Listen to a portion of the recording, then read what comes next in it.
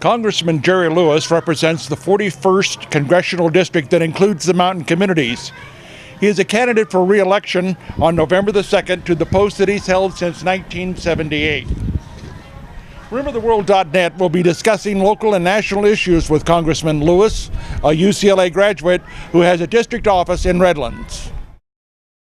Most of the residents of the mountain are aware of the work that you've done across the aisle with Senator Feinstein on cleaning up the bark beetle, creating fire breaks, and issues related to the increased population, of course, in what we know as the urban interface. The job isn't quite done yet. You've done a marvelous job of bringing things our way. What's next? What can we look forward to? Well, it is really important to know that in the House of Representatives, we have a very well-established and effective bipartisan interest in the national forest. Not only forests across the country, but especially our forest. Now that began about 10 years ago when I was successful at convincing the Appropriations Subcommittee that deals with the interior funding, came here to Lake Arrowhead and had a hearing. And people from all over the mountain, Big Bear, Crestline, Lake Arrowhead, came in and talked about our forest and what we need to do about it to ensure that we manage it properly, control the impact that fires can have, and also control what Mother Nature might do. The lack of water and the drought period have, for example, impacted the bark beetle so intensely that it's become a disaster. And we've provided funding to try to attack that problem. We're a long ways away from totally solving the problem, in no small part because Mother Nature is still, in this case, our greatest enemy. The recent fire in Millard Canyon near Silverwood Lake was quickly knocked down by U.S. Forest Service and CAL FIRE crews. However, a recent report about the Forest Service's response to the station fire in Los Angeles area called attention to some decisions that delayed response times.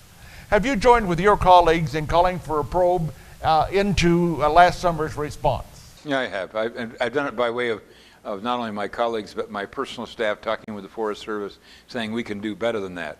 We provide the money to manage the forest. When we have a problem like that terrible fire, to have response times, almost bureaucracy, standing in the way of solving real problems, we got to be doing something about it. And so, yes, it's a high priority, and it's an item that I think they'll be responsive to. In the past, the Forest Service has been responsive when we've gotten members to put pressure on them. And this is a time for pressure. This will continue. Yes. Great. Healthcare, fiscal responsibility, and alternative energy seem to be the current buzzwords and topics. Healthcare reform has been on the front burner for some time, and many mountain residents have concerns about their recently approved package. What's your take on the reforms to date, and how will they impact your constituents in the mountain communities? Well, before I get to the specific about healthcare, one of the items you didn't mention that I think is priority to most of my constituents and the mountain communities is let us get control of our borders early on here as we try to solve other problems. But having said that, little doubt that we're going to have to find much better mechanisms for bringing forward bipartisan interest in these challenges, because otherwise we won't come up with the questions you ask to find solution. That's the biggest part of my job, is to listen to my constituents and find out what the best questions are. Under fiscal responsibility, the people in your district look at the recently approved state bailout package approved by Congress, but it didn't earn your support or from most of your Republican colleagues. What alternatives were you suggesting as the ranking GOP member of the House Appropriations Committee? Well, across the board in the Appropriations Committee, we were absolutely pushing to the nth degree a reduction of the pattern of growth of spending across every one of our committees.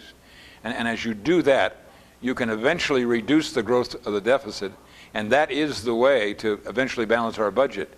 We should have been doing this for years and years, but there's not support for pressing down spending below a president's budget request.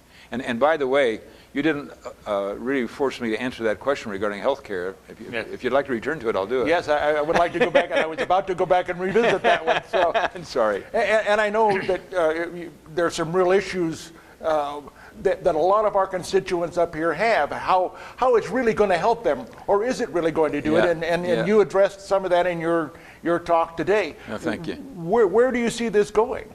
Well, there's no doubt that the national budget is out of hand. And unless we get a handle on the propensity to spend everywhere, we're going to find ourselves going over the cliff of bankruptcy. Healthcare is an illustration of that. America has the finest healthcare system in the world. We're the envy of much of the world. That's not to say we don't have some problems. The problem of pre-existing conditions, for example, can be taken care of without government-run healthcare. We can insist that we break down the walls between the states and thereby allow reasonable underwriting at low premium costs so that people can have pre-existing coverage. The same thing applies to portability, taking your health care with you when you leave your job or leave a state, etc. Those problems can be solved. The answer on the part of the current majority, though, is to take over health care, nationalize it, and lead us to a single payor system. With that will come huge increases in cost. There will be a circumstance where bureaucrats are between my constituents and their doctors. You certainly don't need that in a quality healthcare system. And down the line, the escalating cost because of doing nothing about malpractice. Get the lawyers out of the way, by the way. Yeah. But indeed, we can revise that which we have done, improve and strengthen the handling of the problems, and at the same time make sure people have choice that's their choice in their community within the marketplace that gives them lots of choice. What can you tell us about the appropriations alternative advanced by Republicans to provide emergency funding for the military, emergency disasters, natural disasters, and the likes of that? I know that was something that you championed in the committee. Well, we do have priorities of funding in the United States Congress and in the country, making sure that we are strong enough so that our people are secure, and we can also protect America from terrorists who would destroy our system as we know it is very high priority. So those subcommittees that deal with, on the one hand, adequate and carefully managed defense spending, along with Homeland Security spending that leads to effective control over terrorists here at home, those kinds of funding priorities are critical. Our bill would provide funding flows that give highest priority to the issues that are most pressing to our people. At the same time, highest priority to those elements of the national responsibility that involve our security. We cannot continue as a free country and be effective in the world unless America remains strong, and so I'm committed to that. I understand. Alternative energy sources have once again come to the forefront since the Gulf oil crisis. How do you look at the future of alternative energy, and do you support alternative sources like solar and wind projects to reduce our dependence on foreign oil? Well, we absolutely need a long-term comprehensive energy policy. But for me to kid you and suggest that we're going to overnight flip a switch and be able to say no longer do we need crude oil or natural gas as major sources of energy, to say the least, would be a fool's game. My constituents know that we're going to need crude oil and natural gas. Clearly, in the future, in terms of energy production, nuclear is going to come back on the play. It wasn't long ago that some in the environmental community would not allow us to discuss nuclear, and yet it's provide major sources for much of the European world. We'll be going back down that path. All of those together create a good energy base, but only a significant percentage of the needs that are there. Alternative energy does provide a way of long-term filling any gaps.